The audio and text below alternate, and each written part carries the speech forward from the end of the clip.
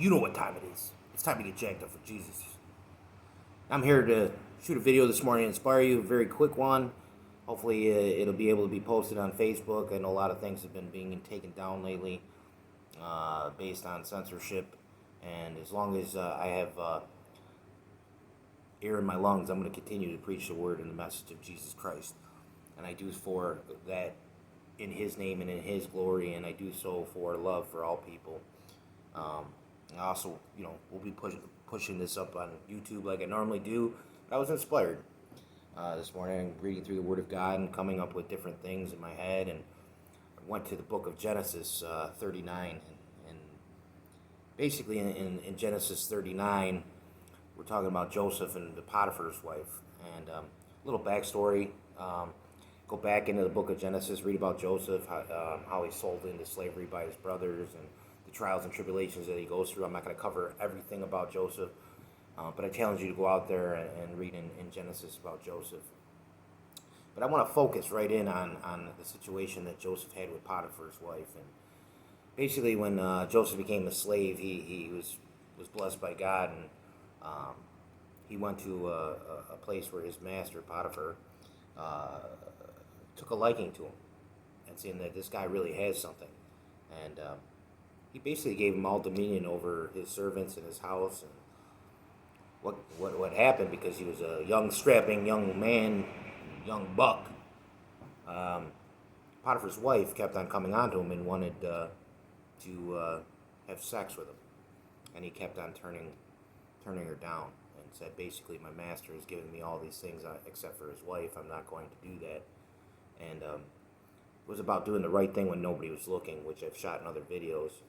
But it's also doing the right thing when people are looking, because the Lord was looking as well.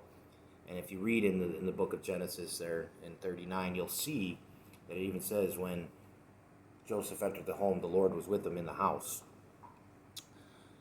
But why is this so inspiring right now, and how can this inspire you in these troubled times? Is that what happened to Joseph is he refused her so many times that eventually, the last time that she did it, she was able to get a hold of his cloth that covered his private region, so to speak, and he ran out of the house, and then she accused him of coming on to her. And he was imprisoned for this, based off of a lie. She also used some slang in there to demoralize Hebrews, using race and different things in there, and spin a narrative that the Hebrews were bad people, and look, if you let them into your home, what they're going to do. And Joseph endured that. He endured that.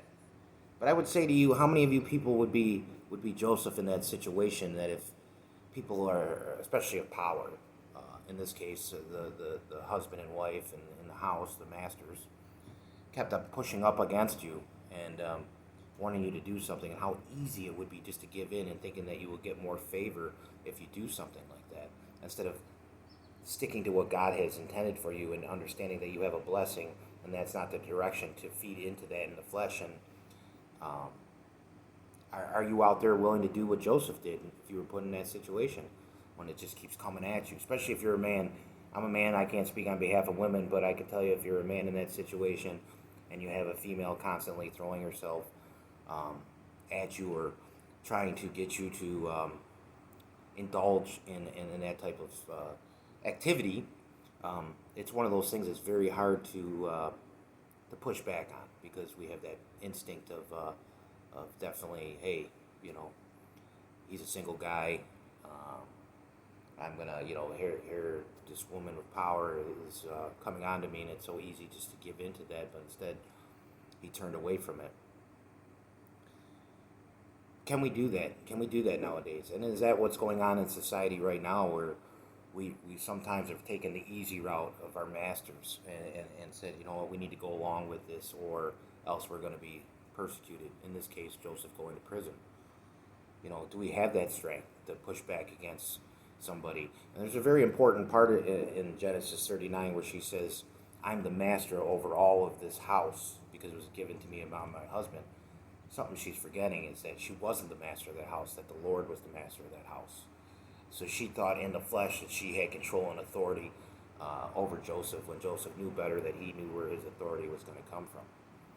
But do we have the strength to endure such things as they're coming at us? And the easy path is probably to take on Potiphar's wife's,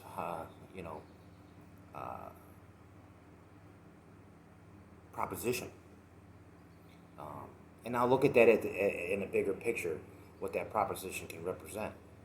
That could be a situation that maybe at work, you're offered something for a little bit more money, and but you have to do something that goes against your personal beliefs and your faith in God.